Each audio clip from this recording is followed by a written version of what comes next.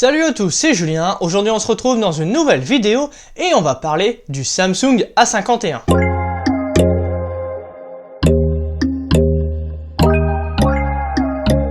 Comme vous l'avez lu dans le titre de la vidéo et en miniature, on va aujourd'hui parler du successeur du Samsung Galaxy A50. Ce nouveau A51 intègre 4 capteurs photo, il a un écran AMOLED de 6,5 pouces et un écran en Full HD+. Il est équipé du dernier processeur maison de chez Samsung.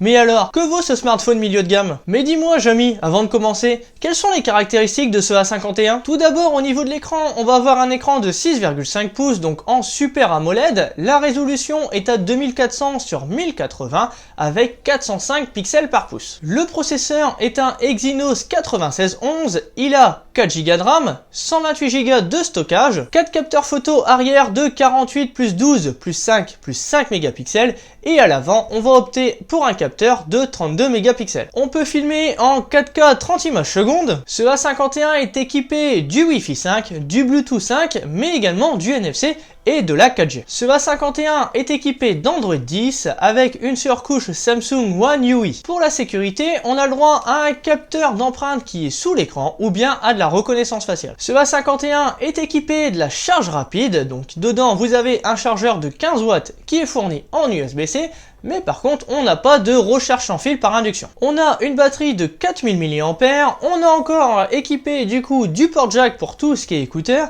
et on a un emplacement pour mettre 2 cartes SIM et également une carte micro SD. Voilà pour les caractéristiques techniques de ce smartphone. Tout d'abord, maintenant on va parler un petit peu du test et de mon ressenti, mon avis après plusieurs semaines d'utilisation. Pour parler du design du smartphone, on a désormais un téléphone qui est complètement du coup sans bordure. On avait sur le A50 une petite forme de goutte d'eau pour l'appareil photo, maintenant c'est fini, c'est un petit poisson qui est incorporé directement sur l'écran, c'est beaucoup plus joli. Sur le restant de l'écran, on a des bordures qui sont vraiment très fines, c'est vraiment très esthétique, très joli. Sur l'arrière du smartphone, les capteurs sont très bien positionnés, on a 4 capteurs qui sont vraiment très discrets, je les trouve mieux positionnés que le Samsung A50. Ce A51 est un petit peu plus épais, un petit peu plus lourd, mais si vous étiez adepte du A50, vous allez presque pas ressentir de différence. Les boutons sont tous sur le côté droit du smartphone, on va retrouver le bouton verrouillage, on va retrouver le bouton volume juste au-dessus, mais sur le côté gauche, on n'aura pas de bouton Bixby. Donc ça, je trouve ça pas plus mal. Le lecteur d'empreintes se trouve du coup sous l'écran un petit peu comme un S10, là je ne l'ai pas configuré, mais c'est beaucoup plus esthétique que de l'avoir à l'arrière du téléphone qui casserait un petit peu le design de celui-ci. Sur l'écran, on a un bel écran AMOLED de 6,5 pouces avec une très belle résolution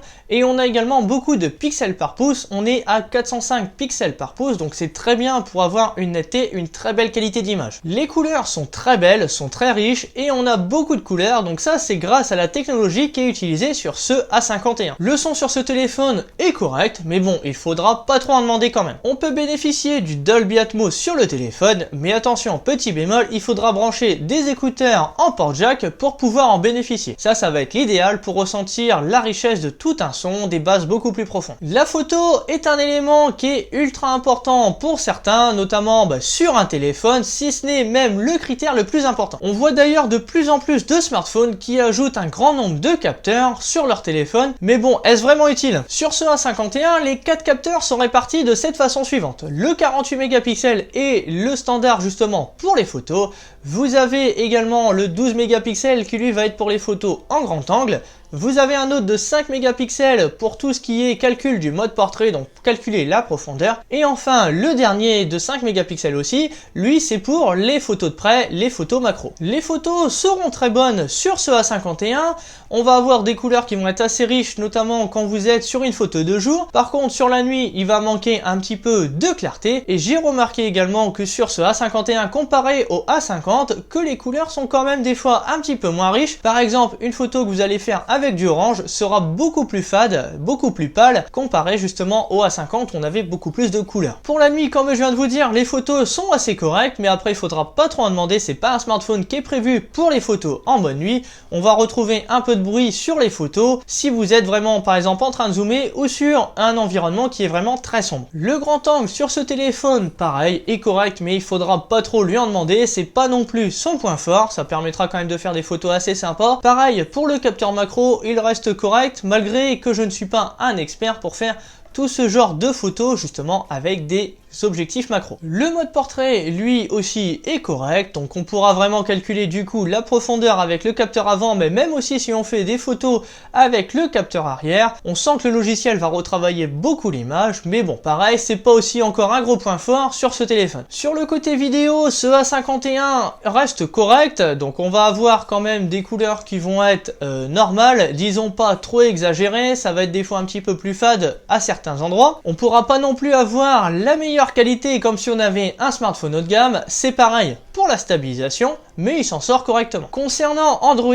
la surcouche de Samsung est vraiment très propre, donc on a vraiment une interface qui est très simple, il est plutôt léger, il ne va pas faire ralentir justement votre téléphone. C'est même également très intuitif. Tout est vraiment bien incorporé directement dans les menus, ou même également pour tout ce qui est mode nuit, c'est vraiment très pratique à utiliser. Moi-même du coup, étant habitué à utiliser des iPhones très régulièrement, quand je m'y habitue pendant une dizaine de minutes à naviguer sur le téléphone, et je perds facilement vite des habitudes quand je reviens sur mon iPhone, donc c'est vraiment bluffant. Les 128 Go de stockage sur ce téléphone, je pense, sont suffisants pour la plupart des utilisateurs. Si vraiment vous êtes un gros consommateur de données, notamment au niveau des photos, vous pouvez bien sûr mettre une petite carte micro SD pour augmenter le stockage. Côté performance, avec ses 4 Go de RAM et son processeur maison, l'Exynos 9611, ce A51 sera suffisamment performant pour une utilisation quotidienne d'applications. Les applications du coup seront très fluides à utiliser et on pourrait même utiliser quelques jeux assez gourmands, je pense notamment à un Call of Duty mobile. Comme je viens de vous le dire, pour une utilisation qui reste assez correcte, donc faire un petit peu de navigation internet, des réseaux sociaux ou même faire un petit peu de temps en temps de jeux en 3D,